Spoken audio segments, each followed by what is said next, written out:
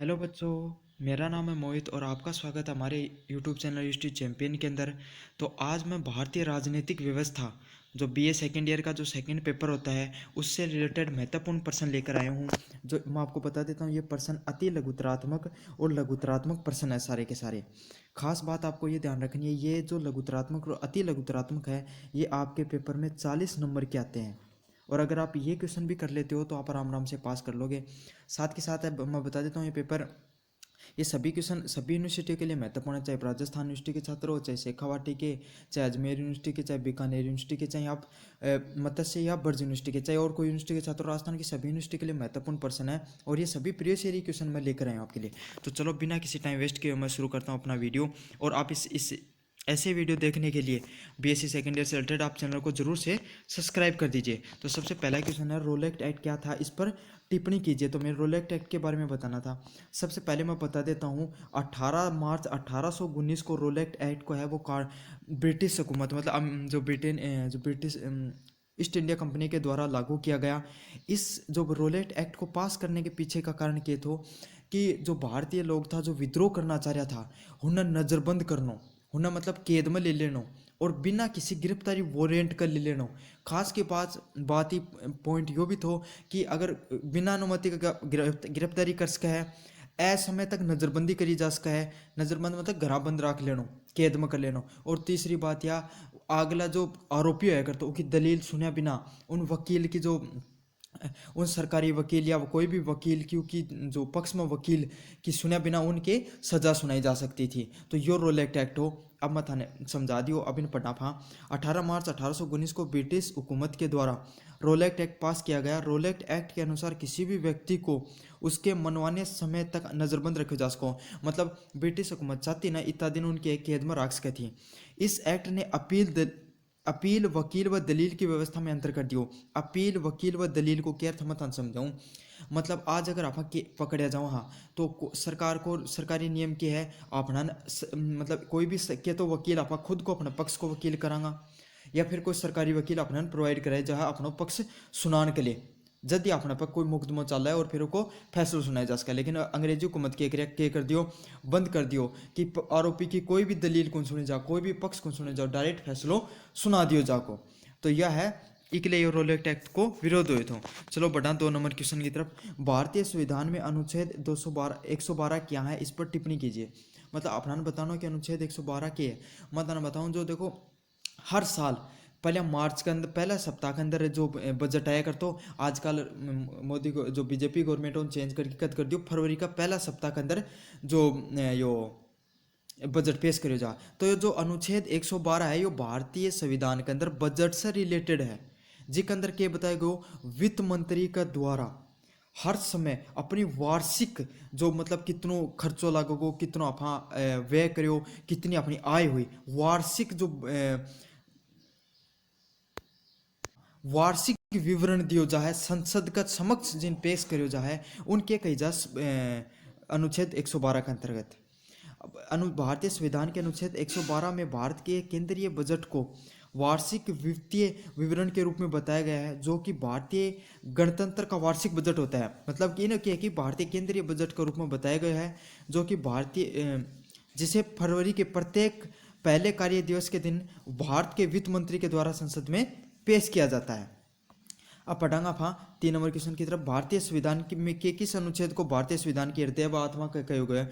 तो सबने मेरा अनुच्छेद जो 32 है, जो मौलिक अधिकारों को संरक्षण करे है, उनके कहो गया है भारतीय संविधान को हृदय व आत्मा कहो गया है। और ये अनुच्छेद 32 ने क्या कहा जाए, संवैधानिक उपचारों का अधिकार का नामों भी जाना जाए। तो चलो आप पढ़ ले क्वेश्चन है।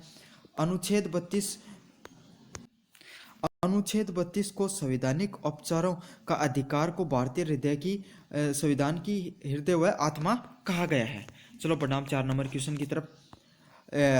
मंत्रियों की सामूहिक उत्तरदायित्व वाक्य को आपका क्या अभिप्राय, इस पर टिप्पणी कीजिए। मतलब सामूहिक उत्तरदायित्व क्या हुआ है मंत्रियों को, ये बात पर अपना टिप्पणी करनी है। देखो क्या हुआ है सामूहिक उत्तरदायित्व है,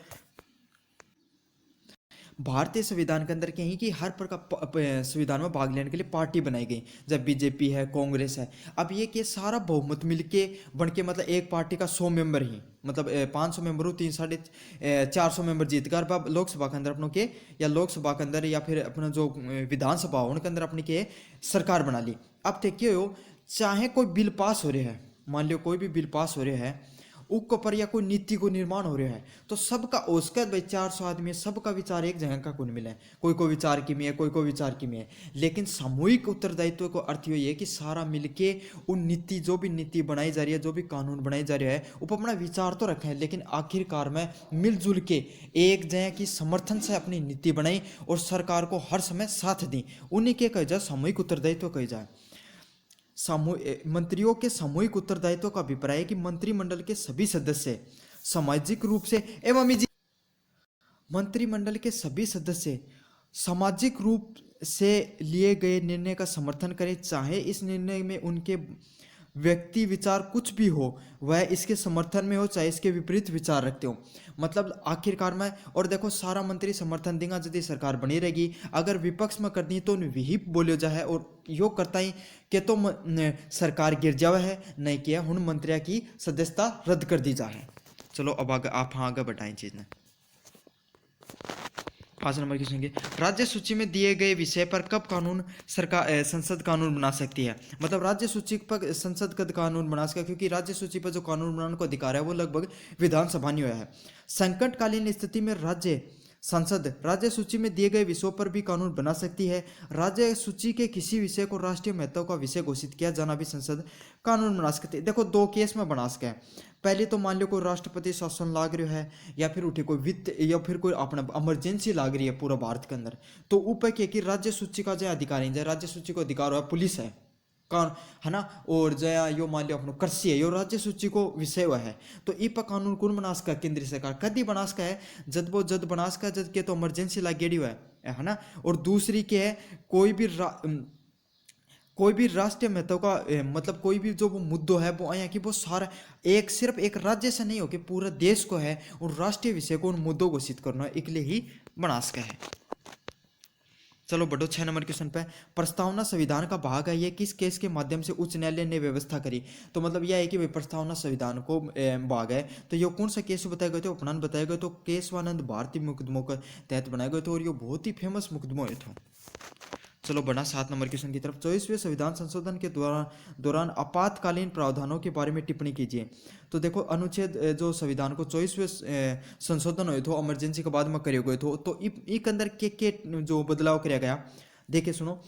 राष्ट्रपति द्वारा अनुच्छेद 352 के अंतर्गत आपातकाल की घोषणा जब भी की जा सकती है जब मंत्रिमंडल लिखित रूप से राष्ट्रपति को ऐसा करने की परामर्श दे।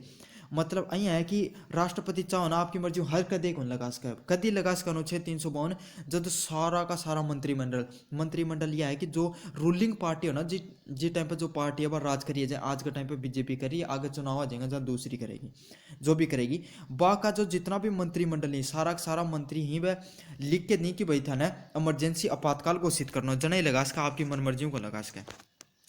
दूसरो बात क्या है, आपातकाल सिर्फ युद्ध, बाहरी आक्रमण या शस्त्र विद्रोह के घोषित में किया जा सकता है। अनुच्छेद मतलब यो 352 में पहले के ही कि मान लिया आंतरिक विरोध को दे रखो, कि मान लिया देश में आंतरिक विरोध हो, ठीक है, कठे मान लिया दंगा भड़का, तो भी इमरजेंसी लगाई जा सके, जिसको फायदो लेके कांग्रेस की इंदिरा सरकार इमरजेंसी घोषित कर दी। लेकिन अब यो को नहीं उसका है, अब क्या उसका है, सिर्फ बाहरी आक्रमण, मतलब युद्ध हो जहाँ कारगिल को युद्ध हो, अया को युद्ध हो है, या 1962 को युद्ध हो, तो वो टाइम पर ही कर सका इमरजेंसी लगाई जा सके। तो 2 कारण पर लगा सके। पहली बात क्या है, सारो मंत्रिमंडल लिख के दे राष्ट्रपति ने कि थाना इमरजेंसी लगानी है। दूसरो कद है जब बाहर ला कोई देश भारत पर आक्रमण कर दे, जना लगा सके। चलो बढ़ो 8 नंबर क्वेश्चन पे, भारतीय संविधान के अनुच्छेद 32 पर टिप्पणी कीजिए। अब अनुच्छेद 32 पर अपना बताना क्या है भाई, मचान बताइए। वो अनुच्छेद जो 32 है वो क्या है, संवैधानिक जो उपचारों को अधिकार है, हृदय व आत्मा भी बोले गए संविधान को। अब बढ़ाइन के है भाई, अनुच्छेद 32 के तहत संवैधानिक उपचारों का अधिकार एक प्रकार का मौलिक अधिकार है, ये भी अपना एक मौलिक अधिकार है, जो भारत के प्रत्येक नागरिक को संविधान द्वारा मान्यता प्राप्त मौलिक अधिकारों को लागू करने के लिए सर्वोच्च न्यायालय के समक्ष याचिका दायर करने का अधिकार दे है। अब मैं तो समझा दूं पहले क्या। मान लो हर इंसान को एक मौलिक अधिकार है कि आपा फ्रीडम टू स्पीच, अपना अपनी जो मन की बात है बस सरकार का समक्ष या कोई भी अपनी कोई भी इंसान का समक्ष बोल सका। लेकिन ये बात में अपना ये ध्यान रखना कि कोई दूसरा इंसान की भावना बनी हुआ है। अब कल सरकार नियम लिया हुआ है कि कोई भी ना ओपन मीटिंग कौन कर सका है, कोई भी सोशल मीडिया पर सरकार के खिलाफ कुछ भी कौन लिख सका, मतलब सही चीज भी कौन लिख सका है, गलत तो लिख ही कौन सका लेकिन सही चीज भी कौन लिख सका, क्रिटिसाइज कौन कर सका मतलब सरकार ने। और सरकार की कोई भी नीतियों को विरोध कौन कर सको। आज देखो कोई भी चैनल है या फिर कोई भी इंसान आज हाँ सरकार ने कुछ सरकार की जो नीति है किसान आंदोलन है तो आप भी लिख सका कि भाई सरकार जो गलत कानून बनाया या लेकिन मान ली सरकार का नियम लिया हो कि कौन बना सका तो यो अपना क्या हो संविधानिक को मौलिक अधिकार को क्या होगा उल्लंघन होगा। तो अनुच्छेद 32 अपना क्या अधिकार दे है, अगर अपना मौलिक अधिकारों को उल्लंघन हो रहा है तो आप सुप्रीम कोर्ट का समक्ष के याचिका दायर कर सका कि मारो जो यो मौलिक अधिकार है ना इको उल्लंघन हो रहा है। और सुप्रीम कोर्ट ने यो अधिकार है कि अपना मौलिक अधिकार संरक्षण करने को, सुप्रीम कोर्ट ने और हाई कोर्ट ने दोनों ने अधिकार है अपना मौलिक अधिकार संरक्षण करने को। तो ये जो सुप्रीम कोर्ट में जो याचिका दायर करने की मौलिक अधिकारों को उल्लंघन होने पर वो ही अनुच्छेद 32 के अलावा है। मेरे साबू समझ मारी कि तारा समझ में आगो कमेंट बॉक्स में बताओ कि शौक लगे था नए वीडियो। भारत के निर्वाचन आयोग के कुल कितने निर्वाचन आयुक्त की संख्या होती है। देखो भारत के अंदर जो निर्वाचन आयुक्त है ना उनमें त्रिस्तरीय या त्रिसदस्य जो स्थिति हुआ है, मतलब 3 निर्वाचन आयुक्त हुए हैं। एक चीफ इलेक्शन कमीशन, ठीक है, जिसको नाम सुने होगो, मुख्य चुनाव आयुक्त हुआ है, उसके अलावा 2 और हुए हैं, ठीक है। अब देखो हम क्या है, भारत के अंदर निर्वाचन आयोग की त्रिसदस्यीय स्थिति होती है, इसमें एक मुख्य चुनाव आयुक्त, इसके अतिरिक्त 2 अन्य चुनाव आयुक्त भी हुए हैं। तो कितना हुआ टोटल 3 हुए। याद रखियो कदे लिख दो एक ही हुए तो सदा हमेशा एक मुख्य चुनाव आयुक्त कोई नाम सुने ना, 3 हुए हैं। एक खास बात था याद रखनी, कमेंट बॉक्स में बताओ कि मुख्य चुनाव आयुक्त अब का समय कौन है। और चलो बढ़ा 10वां नंबर क्वेश्चन की तरफ। भारत में विशेष दर्जा प्राप्त करने के कितने राज्य हैं वह इनके नाम लिखिए। तो विशेष दर्जा प्राप्त कितना राज्य हैं। फिलहाल देश में 10 राज्यों को विशेष दर्जा प्राप्त है, जिसमें से अरुणाचल प्रदेश, असम, मणिपुर, मेघालय, मिजोरम, नागालैंड, सिक्किम, त्रिपुरा, हिमाचल प्रदेश और उत्तराखंड है। अब हर सबको था नाम याद करना पड़ेगा, कोई वो को नहीं, लेकिन मैं बता दूं कि जो विशेष दर्जा प्राप्त है उनको क्या फायदा है। उन्हें स्पेशल तो देखो सरकार बजट अलाउ करे, उन्हें विशेष छूट रहे हैं, तो ये सब चीज़ फायदा है। हर राज्य चाहो कि मैं विशेष दर्जा के अंदर पर आना चाहूँ। अब थाने एक बहुत बढ़िया मैं घोषणा करना चाहूँ कि यूनिवर्सिटी चैंपियन क्लासेज के द्वारा पेड कोर्स लॉन्च करियो गया है, जो कि लिए है BA सेकेंड ईयर और थर्ड ईयर का रेगुलर प्राइवेट और एक्स जो स्टूडेंट है ना उनके लिए करियो गया है।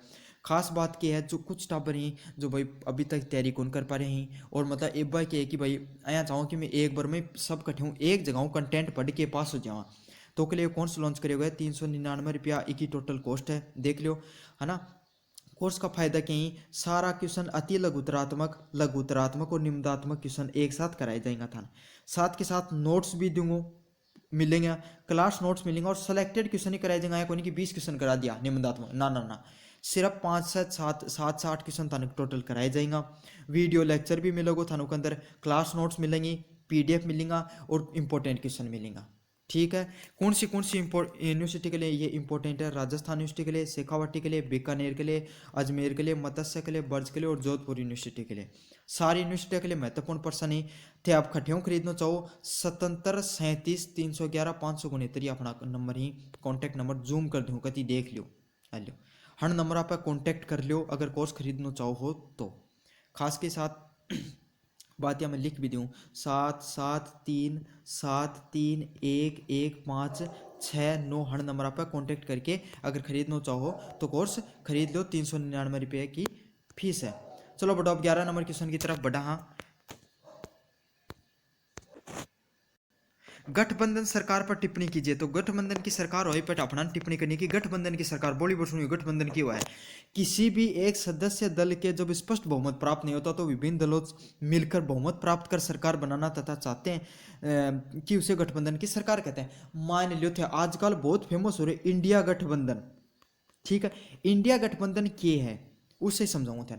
देखो जहाँ एक तरफ है और बीजेपी की सरकार, उनका विपक्ष में जितनी भी पार्टी हैं बस जो एक जय कि अपनी विचारधारा रखें, जय उनके अंदर कांग्रेस सबसे मुख्य पार्टी है, आम आदमी पार्टी करियो है, सपा है, समाजवादी पार्टी है, ममता बनर्जी की जो पार्टी है बाकरी है, और जो लालू प्रसाद यादव की जो पार्टी है जेजेपी, बस सब मिलके क्या करियो है जदयू, ब आप सारी मिलके क्या करियो एक गठबंधन बनाए जिसको नाम की रखियो इंडिया गठबंधन। अब क्या है, ये सारी पार्टी मिलके जितनी भी सीट प्राप्त करेंगे, अगर वह बहुमत से ज़्यादा सीट प्राप्त कर ली तो बस सारी की सारी पार्टी मिलके क्या करें हैं अपनी सरकार बना ली। और एक से अधिक पार्टियां मिलकर अगर बहुमत को प्राप्त करके सरकार बनाती है उसे क्या कहा जाता है, गठबंधन कहा जाता है। और एकली सरकार, जय मान लो बीजेपी ने पिछली बार बहुमत से ज्यादा सीट मिल गई तो वह एकली सरकार बनाई, ठीक है, उनके कही जाए बहुमत की सरकार कही जाए। मेरे सबूत समझ में आ गो थारे क्वेश्चन। क्षेत्रवाद की समस्या के समाधानों को उपायों बताइए। केंद्र सरकार की ऐसी नीतियां बनाई जाए कि विभिन्न मतलब क्षेत्रवाद की समस्या, मान लो क्षेत्रवाद का अर्थ है कि हर क्षेत्र की आपकी समस्याएं, जना जय सपोज करो कि जम्मू कश्मीर के अंदर समस्या है क्या की, टेररिस्ट की, आतंकवाद की, बेरोजगारी की, पत्थरबाजा की बहुत बड़ी समस्या रही। लेकिन राजस्थान के अंदर तो यह समस्या को नहीं, अपना कठे डेली आतंकवाद नहीं हमें अपना कठे इंटरनेट बंद करो जाए, कदे करो जाए, कौन करे जाए, अपनी क्या समस्याएं। राजस्थान के अंदर सबसे बड़ी समस्या बेरोजगारी, पेपर लीक, ठीक है। दूसरी बात पानी, पानी बहुत बड़ी समस्या, फसल नहीं हो रही है, उद्योग, ये सबसे बड़ी समस्या है, ठीक है। अब ते साउथ में जाओगे उठे या समस्या कौन मिलेगी, उठे उद्योग बहुत बढ़िया है, पानी बहुत बढ़िया है। या फिर मान लो पंजाब में जा रहे हो, उठे पानी की समस्या था नहीं इतनी ज़्यादा कौन मिलेगी, कृषि की इतनी ज़्यादा समस्या कौन, उठे सबसे बड़ी समस्या क्या, ड्रग्स की समस्या है, ठीक है, नशा की बहुत बड़ी समस्या है, आजकल गैंगस्टर की बहुत बड़ी समस्या चल रही है। तो हर क्षेत्र की एक अपनी अपनी समस्या ही। नॉर्थ ईस्ट में मणिपुर में जाओगा, अब उठे दंगा चल रहे हैं, जो मतलब आंतरिक विरोध चल रहे हैं, उठे की बहुत समस्या है। हर क्षेत्र की एक अलग अलग समस्या रही है, तो उनके कहे जाए क्षेत्रवाद कहे जाए।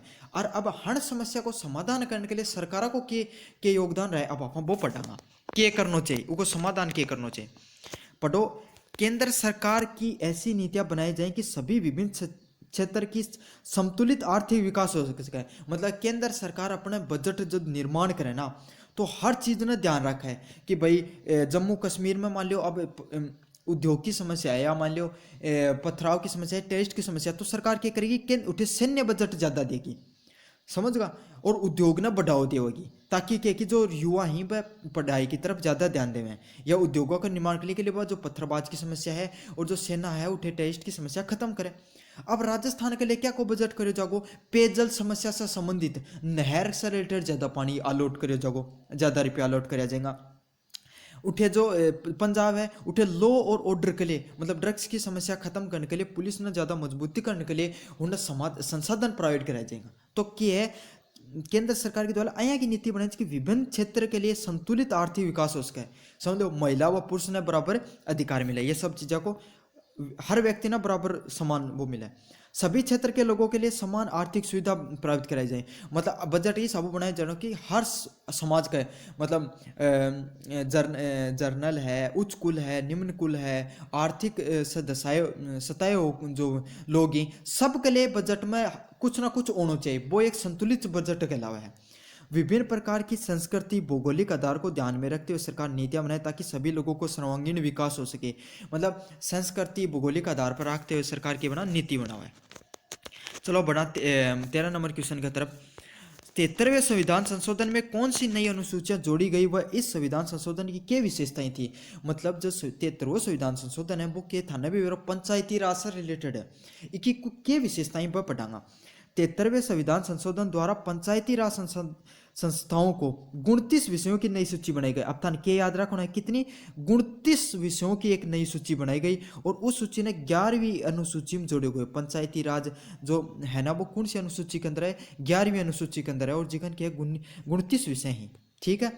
इस संविधान संशोधन की मुख्य विशेषताएं हैं, इसके द्वारा पंचायती राज संस्थाओं को संवैधानिक मान्यता दी गई, ग्राम सभाओं का प्रावधान किया गया, पंचायती राज संस्था का निश्चित काल 5 वर्ष के लिए गयो। मैं समझा दी, देखो क्या करे गयो। 29 तो एक अंदर विषय था और 11वीं अनुसूची के अंदर जोड़े गयो। या तो एक ही जो बात थी विशेषता की, जो ग्राम सभा है ना, हर थे गाँव में रहो तो ग्राम सभा है, ग्राम सभा का नियमित रूप से तो जो चुनाव में कराया जाएगा, 5 साल उनको कार्यकाल होगो, और उन्हें एक वार्षिक बजट दियो जागो, ठीक है, हर साल को बजट दियो जागो। खास की बात यह है कि सबसे नीचे लेवल की और भारत के अंदर सबसे नीचे लेवल की जो चुनाव प्रणाली है उन ग्राम पंचायत को एक बहुत बड़ा योगदान करियो गयो। उन्हीं के कहो 73वें संविधान संशोधन के अंतर्गत जो ग्राम सभा पर जोड़ी गई। थारा समझ में आ गई होगी ये सब चीज़ें। 14 क्वेश्चन है, ग्राम पालिकाओं का गठन कब किया जाता है व ग्राम निगम की स्थापना कब करी जाए।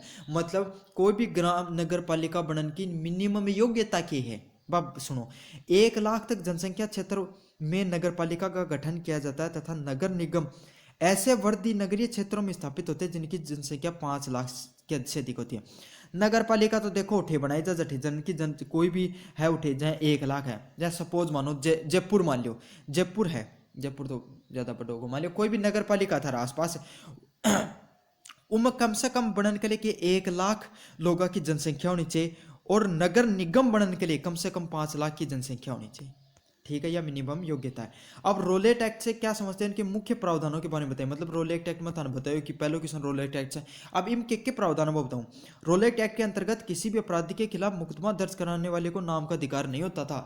मतलब नाम जानने का अधिकार नहीं होता। मान लो कि मैं एक्स नाम को कोई आदमी है, यानी मान लो रामलाल नाम को कोई आदमी एक, ठीक है, रामलाल खिलाफ कोई ब्रिटेन को कोई अधिकारी कोई जॉर्ज मान लो, वो केस दर्ज करा दियो। अब रामलाल की कोई गलती को नहीं ऐ करा दियो, जड़ तुम जन करा दियो, ठीक है। और तो अब रामलाल ने तो ऐ कौन बेरो पाट तो कि तेरे खिलाफ मुकदमो कौन करायो है, केस भी चल जाए करतो और सजा भी सुना दी जाए करती। आज के टाइम में भारत में यो को नहीं है, नाम जाने को बिल्कुल अधिकार है। क्यों करेगा यो भी बताने को अधिकार है। अपराधी को दलील सुने बिना जजों को फैसला सुनाने का अधिकार हो। तो मान लिया अपराधी की कोई गलती को नहीं, रामलाल की कोई गलती को नहीं, और बिना गलती के उन नाम जानने को भी अधिकार को नहीं और सजा भी सुना दी जाए। तीसरों के प्रेस की स्वतंत्रता भी कौन गई। मतलब रामलाल कोई बहुत बड़ो स्वतंत्र सेनानी हो जब सरकार जलन लगी है ना, और उसके खिलाफ के कि अब मान प्रेस में जो प्रेस है, प्रेस मतलब समाचार जो पत्र ही अगर कोई भी चीज़ ना अपनी बात रखे हैं तो बहुत जनसमूह का बात जा है, आंदोलन उसके हैं, एक लिए डरन लगी सरकार जो ना क्या करो प्रेस के आंदोलन भी कौन जो प्रेस की स्वतंत्रता भी के अंतर्गत खत्म कर दी। आज चौथा पॉइंट के बिना वारंट के तलाशी व गिरफ्तार करने का अधिकार भी इस एक्ट में प्रदान होता। मतलब बिना गिरफ्तारी को वारंट का भी गिरफ्तार कर लिया जाएगा। एक लिए को विरोध हुए थे। भारतीय राष्ट्रीय कांग्रेस की स्थापना किस वर्ष हुई थी और किसके द्वारा करी गई थी। बहुत इंपॉर्टेंट क्वेश्चन है, क्वेश्चन कंपटीशन एग्जाम में बहुत बार पूछा जाता है।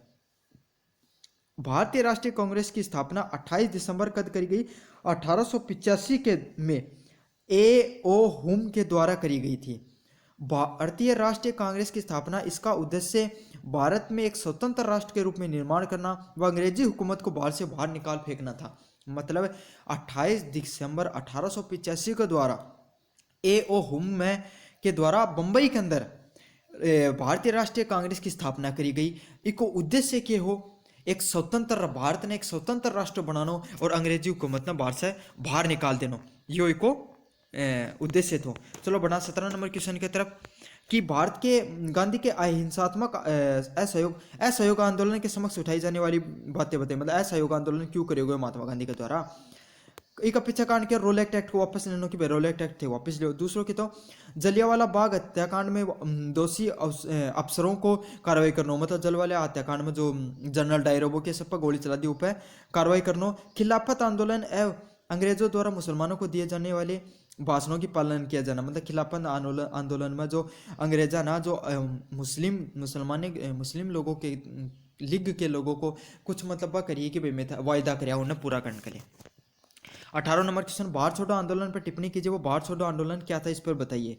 8 अगस्त 1942 को भारतीय कांग्रेस कमेटी ने भारत छोड़ो आंदोलन पारित किया जो जन आंदोलन के रूप में चलाया गया। इस जन आंदोलन को भारत छोड़ो आंदोलन के रूप में संज्ञा दी गई। मतलब 8 अगस्त 1942 के द्वारा कांग्रेस कमेटी के द्वारा भारत छोड़ो प्रस्ताव पारित किया गयो जिस जठियों के एक भारत छोड़ो आंदोलन को रूप मिलो।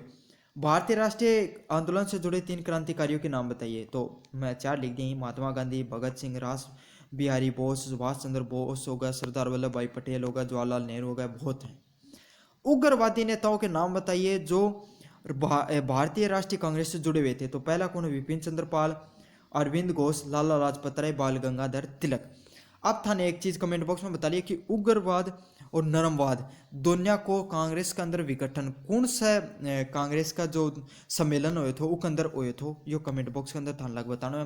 किसों को लगे वीडियो कमेंट कर दियो, वीडियो लाइक कर दियो, चैनल ने जरूर सब्सक्राइब कर दियो। सारो बीए सेकेंड ईयर और बीए फाइनल ईयर का जितना भी जो पेपर है ना उन सबको कोर्स में फ्री में करा रही हूँ। धन्यवाद।